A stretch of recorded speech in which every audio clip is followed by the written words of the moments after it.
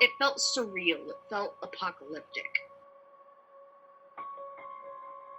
You pull up, and there's masked security guards, and you have no idea what's going on. So, my name is Audrey. I have 3 kids.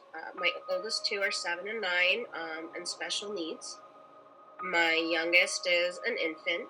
My boyfriend and I own a house here in Connecticut, and his parents, who are in their 70s, live with us in an in-law suite. My oldest has some genetic health issues, and my in-laws aren't in amazing health, so we have some high-risk individuals.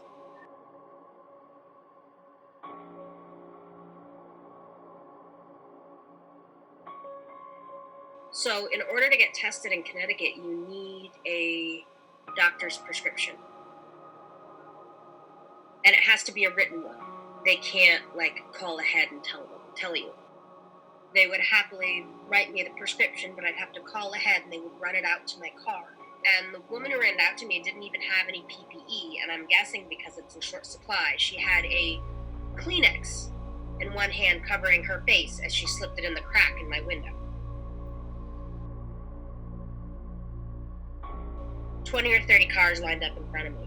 They were having you turn into where staff normally park, and there were no signs telling you where to go. You had to pretty much find it on your own. And you pull up, and there's these masked security guards.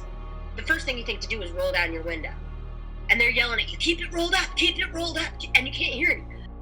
This was a drive-through test, so you were never going to get out of your car. Correct. So every about 20 feet, there were signs 5 miles an hour, keep your windows rolled up. It took about an hour and a half to get through the line. And after I had gotten maybe a third of the way through, I turned around and looked, and behind me was closed. They cut off the number of cars. There were only about 15 more behind me. So they ran out of tests. That's what I'm guessing, yeah. When you get up to the front of the line, masked, gloved, gowned health workers will come up, tell you to still keep the window rolled up, but they want to see your prescription and your ID. So you put them against the glass, they take all the information, and go and run it through the computer. And when you're approved, they slide the little baggie into your cracked window. You're supposed to change face masks every 15 minutes when you're working in a situation like that to be effective.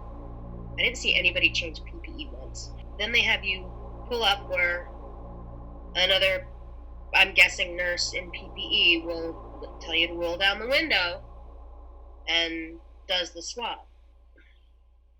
It was surreal. And pulling up and seeing the mobile medical tents and the van and stuff.